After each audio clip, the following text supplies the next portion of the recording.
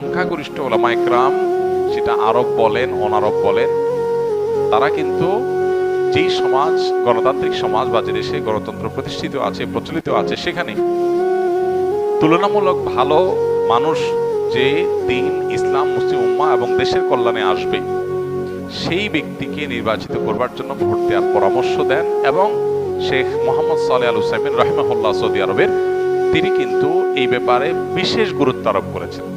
অতএব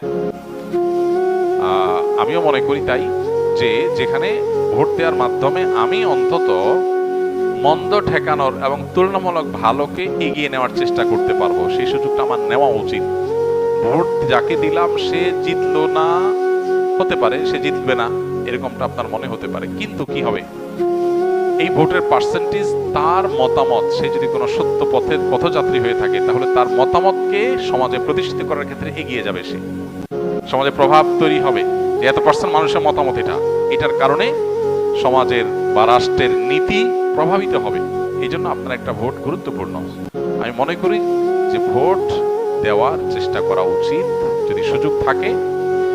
আর যে সমস্ত ওলামা ইকরাম বলছেন না, দেওয়া থেকে বিরত থাকা উচিত, ওনারা একটা দৃষ্টিভঙ্গি থেকে বলছেন, আল্লাহর কাছে তাদের ইস্তেহার তারা আজর পাবেন নিশ্চয়ই। আর ওলামাদের এই মত পার্থক্য, এটা ইসলামের সৌন্দর্য।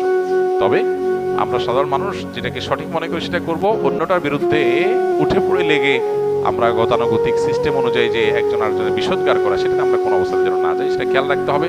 সোশ্যাল মিডিয়াতেও দেখা যায় এটা নিয়ে প্রচুর পক্ষ বিপক্ষে আপনার কথাবার্তা বলা হয় এবং অহেতুক নিজেদের আমল আখলাক নষ্ট করা হয়, এটা যেন না হয়। মতামত থাকতেই পারে, আমাদের সবার উদ্দেশ্য আল্লাহর সন্তুষ্টি, আমাদের সবার উদ্দেশ্য এজ এ মুসলমান কোরআন ও হাদিসের উপর টিকে থাকা। ইস্তেহাদ বা গবেষণা, এটা কিয়ামত পর্যন্ত এটার রাস্তা ওপেন থাকবে। আপনি কোনো মুস্তাহিদের অনুসরণ করছেন তো অন্য মুস্তাহিদকে বা